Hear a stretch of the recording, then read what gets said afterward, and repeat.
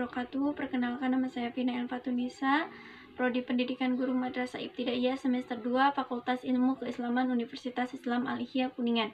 Di sini saya akan memaparkan jawaban dari hasil ujian akhir semester saya dalam mata kuliah Sejarah Peradaban Islam dengan dosen pengampu Bapak Agus Jamjam Nur MPD. Untuk pertanyaan yang pertama, yaitu periode Islam setelah masa Khulafaur Rasyidin dimulai dengan dinasti Umayyah. Jelaskan bagaimana munculnya dinasti Umayyah dan apa saja kemajuan pada dinasti Umayyah. Jawaban dari saya yaitu berdirinya dinasti Umayyah bermula pada peristiwa Takhim atau Perang Siffin, yaitu Perang Siffin terjadi pada usai kematian Khulafaur ketiga Utsman bin Affan pada 17 Juni 656 Masehi, yang membuka peluang bagi Ali bin Abi Thalib, menantu Nabi Muhammad SAW, untuk memimpin. Jadi setelah Ali bin Abi Thalib wafat pada tanggal 29 Januari 661 Masehi, kepemimpinan sempat dilanjutkan oleh Hasan, putra Ali dan cucu Nabi Muhammad SAW selama beberapa bulan. Hasan kemudian melepaskan jabatannya. Usai Hasan bin Ali mundur, Muawiyah tampil sebagai pemimpin meskipun diwarnai dengan berbagai polemik di antara umat Islam sendiri. Dari sinilah sejarah Bani Umayyah itu muncul. Dan kemajuan pada Bani Umayyah ini, yang pertama ada berkembangnya sebagai disiplin ilmu baik, yaitu tergolong dari ilmu berbagai manapun. Disiplin ilmu lama termasuk di dalamnya sastra dan seni. Yang kedua yaitu perkembangan berbagai fasilitas yang pesat dan lebih rata. Yang ketiga, sistem pemerintahan yang lebih efektif dan maju. Dan yang terakhir yaitu peluasan wilayah kekuasaan yang masif, karena pada masa ini penaklukan banyak dilaksanakan dan sebagian besarnya berhasil. Dan untuk pertanyaan nomor 2 yaitu uraikan secara singkat pendiri. Dan untuk pertanyaan nomor 2, dinasti Abbasiyah merupakan dinasti terbesar. Jelaskan poin-poin di bawah ini. Untuk yang pertama, bagaimana sejarah awal mula munculnya dinasti Abbasiyah. Jawaban dari saya yaitu dinasti Abbasiyah berdiri setelah mereka berhasil menaklukkan dinasti Umayyah. Keturunan Al-Abbas menjadi pendiri dinasti Abbasiyah yaitu Abdullah Al-Saffah bin Muhammad bin Ali bin Al-Abbas. Kelompok Abbasiyah merasa lebih banyak memegang tonggak kekuasaan daripada Bani Umayyah karena mereka berasal dari Bani Hashim yang lebih dekat garis keturunannya dengan Nabi Muhammad. Untuk yang pertanyaan kedua yaitu bagaimana perkembangan ilmu pengetahuan pada dinasti Abbasiyah. Pada masa ini juga banyak diterjemahkannya buku-buku karya kuno dari Yunani dan Syria ke dalam bahasa Arab.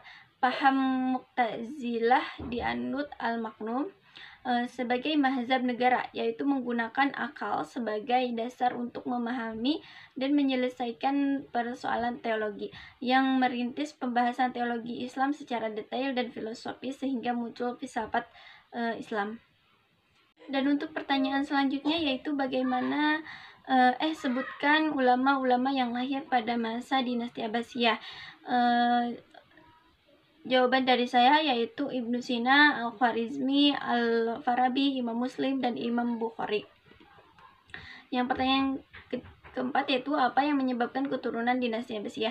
Faktor eksternal penyebab runtuhnya dinasti Abbasiyah adalah wilayah Abbasiyah yang terlalu luas menyebabkan banyak wilayah yang tidak dipantau dan dibina secara intensif oleh pemerintah Abbasiyah, sehingga pemerintahan Abbasiyah tidak adil dalam memberikan hak wilayah sebagian wilayah bagian hingga bagian dari Baitul Mal untuk pembangunan infrastruktur berupa bangunan fisik seperti irigasi jalan raya, jembatan penghubung kota, dan sarana pendidikan. Dan perang selanjutnya yaitu berakhirnya dinasti Utsmani, yaitu mulai melemahnya setelah wafatnya Sulaiman Al-Qanuni. Sultan-sultan yang menggantikan umumnya lemahnya dan tidak berwibawa. Penyebab lainnya adalah kehidupan mewah yang berlebih-lebihan dan di kalangan pembesar istana, sehingga banyak terjadi penyimpangan dalam keuangan di negara. Pada masa pemerintahan Sultan Ibrahim, suasana dalam negeri kerajaan Ottoman menjadi semakin kacau. Para wanita atau ibu suri dan permaisuri juga turut ikut campur dalam mengendalikan roda pemerintahan masuk pemerintahan. Yang pertanyaan nomor 4 yaitu Islam masuk ke Indonesia berabad silam. Jelaskan bagaimana teori dan proses masuknya agama Islam ke Indonesia. Masuknya Islam terdapat tiga teori, yaitu pertama teori Arab. Pada teori ini dibuktikan dengan adanya peninggalan jejak Umayyah dan masuknya Islam ke Nusantara terjadi pada abad ke-7 Masehi. Isi pernyataan dari Hamka atau dalam teori Mekah selanjutnya adalah pada abad ke-7 selanjutnya adalah adanya berita ditemukannya 4 hundi pedagang Arab Islam di pantai barat Sumatera, sehingga disimpulkan bahwa Islam masuk ke Indonesia berlangsung dari Arab dibawa oleh para pengusaha Arab. Dan yang kedua yaitu teori Tiongkok. Teori ini didukung oleh Profesor Dr. Slamet Mujana.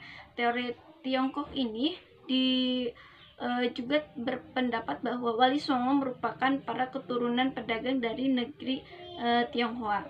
Dan yang ketiga yaitu teori Persia. Teori ini mengemukakan bahwa Islam yang masuk ke Indonesia merupakan Islam yang berasal dari dan dibawa oleh para pedagang dari Persia. Persia ada karena banyaknya bukti Syiah atau identik dengan Islam Persia kala itu. Adanya kesamaan antara tradisi budaya masyarakat Islam di Indonesia dengan tradisi budaya Persia. Untuk pertanyaan yang nomor 5 yaitu sebutkan keunikan proses Islamisasi di Indonesia dibanding dengan persebaran Islam di wilayah lain. Jawaban dari saya yaitu keunikannya melalui perdagangan, perkawinan, saluran pendidikan, tasawuf, dan juga kesenian.